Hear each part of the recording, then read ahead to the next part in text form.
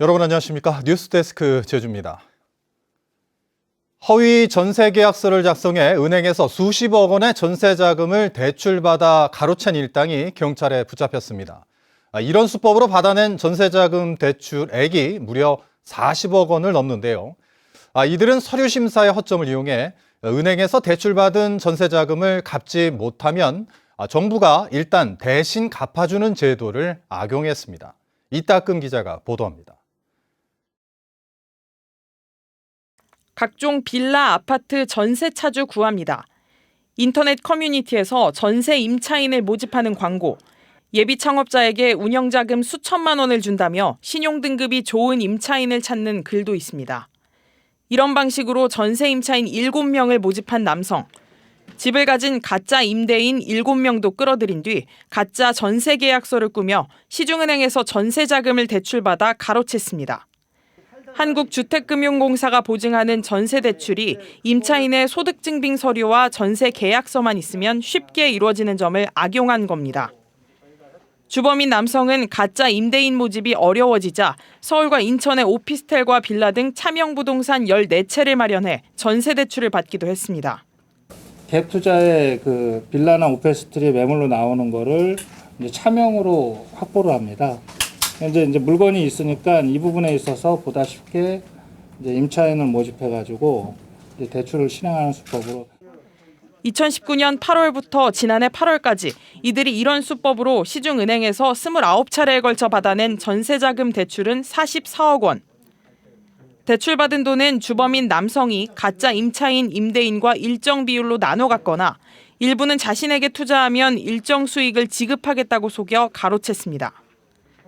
대출을 보증해준 한국주택금융공사나 돈을 빌려준 시중은행 모두 심사는 주로 서류만으로 진행됐습니다. 정상적인 계약이 맞는지도 이제 실질적으로 이제 서류상으로 확인을 하긴 하지만 허위 계약서라는 게 현장 조사를 한다라고 해도 어떤 부분으로 이제 허위 이거를 기준을 어떻게 하는지는 저희도 알 수가 없어서. 경찰은 주범인 40대 남성을 사기 등의 혐의로 구속하고 공범인 가짜 임대인과 임차인 14명을 입건했습니다. 경찰은 적발된 15명 외에도 공범이 있을 것으로 보고 수사를 확대하고 보증기관과 은행에도 대출 심사를 강화하도록 제도 개선을 요청했습니다. MBC 뉴스 이따금입니다.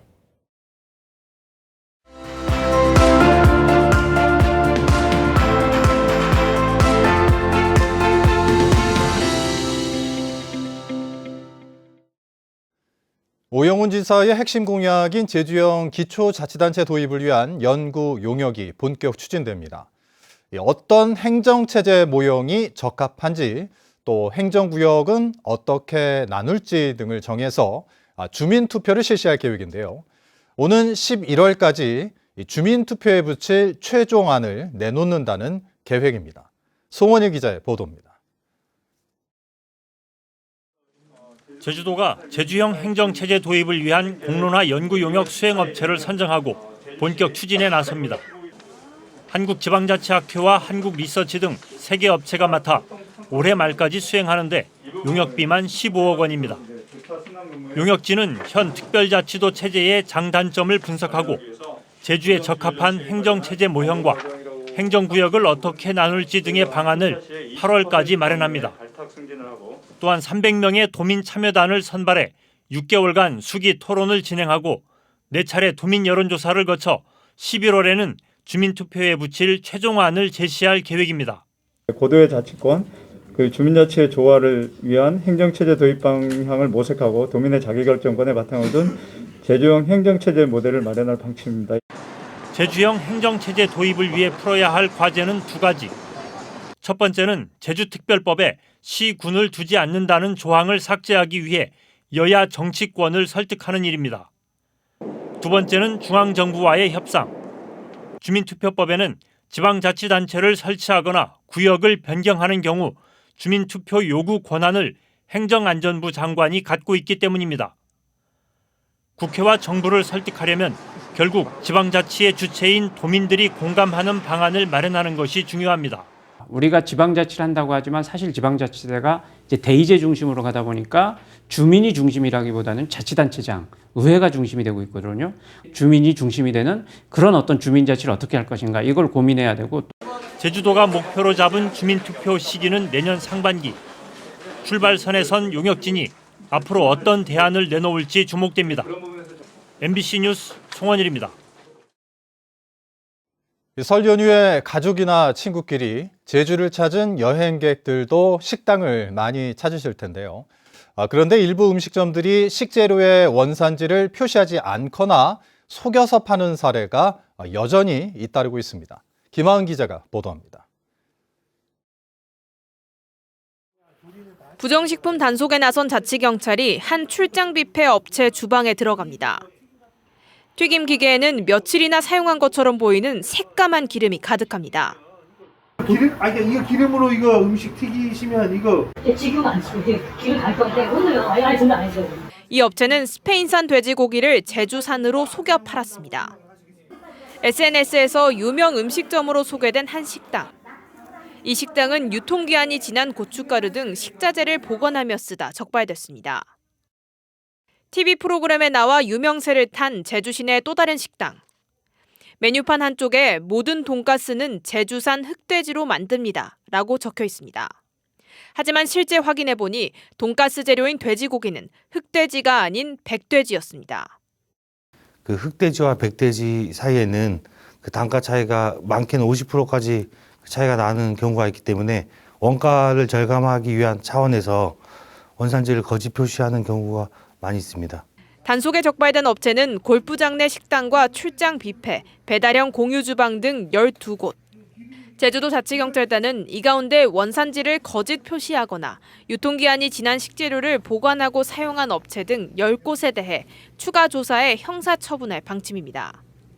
또 원산지를 아예 표시하지 않은 업체 2곳은 과태료 부과 등 행정처분하도록 관할시에 통보했습니다. 자치경찰단은 설 명절 연휴 기간에도 제수용 식자재를 판매하는 대형마트나 오일시장 등에서 원산지를 거짓으로 표시하는 행위를 집중 단속할 방침입니다. MBC 뉴스 김하은입니다. 제주도가 본청 신규 공무원의 채용을 중단하고 이 승진 부적합자에 대한 불이익을 강화하기로 했습니다. 제주도는 이 같은 내용을 담은 민선 8기 인사혁신 추진 계획을 발표하고 신규 공무원 채용에 본청을 구분하지 않고 제주시와 서귀포시로만 구분해 모집하기로 했습니다. 또 4, 5급 승진 심사에 승진 예정 인원의 20% 안에서 발탁 승진 추천하고 승진 다면평가 제도를 강화해 한 개 항목에서 30% 이하를 받은 대상자는 추천해서 제외할 방침입니다.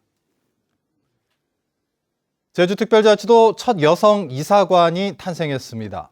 제주자치도의회는 의회 사무처장으로 임명된 김혜숙 사무처장이 이사관으로 승진해 도의회 사상 첫 여성 사무처장과 제주특별자치도 첫 여성 이사관 타이틀을 얻게 됐다고 밝혔습니다.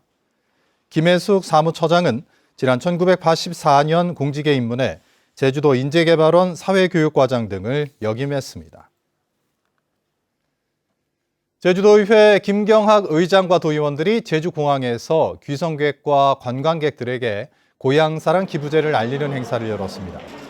김경학 의장은 올해부터 시행되는 고향사랑 기부제를 통해 지역의 발전을 돕고 기부자에게는 세제 혜택과 지역 특산품이 제공돼 기부자와 고향, 지역 생산자 모두에게 도움이 된다며 참여를 호소했습니다.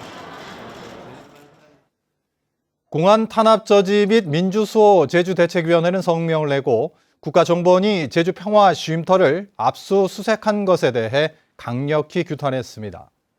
이들은 국정원이 국가보안법을 이용해 국보법 위반 사건 그림 그리기를 하고 있다며 윤석열 정권의 폭거에 맞서 강력히 투쟁하겠다고 밝혔습니다.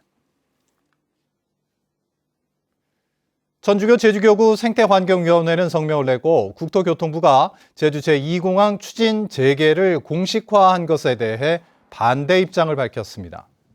이들은 국토부가 지난 5일 환경부에 제2공항 전략환경영향평가서를 보완해 제출한 내용을 제주도와 도민들에게 공개하지 않고 있다며 국토부가 제주도와 소통하지 않고 도민의 알 권리를 무시했다고 비판했습니다. 제주에서는 어제 하루 코로나19 신규 확진자 397명이 발생했습니다. 현재 도내 위중증 환자는 1명이며 101세 확진자 1명이 입원 치료 중 숨져 누적 사망자 수는 259명으로 늘었습니다. 최근 일주일 제주 지역 코로나19 신규 확진자 수는 2,911명으로 전주보다 1,042명 감소했습니다.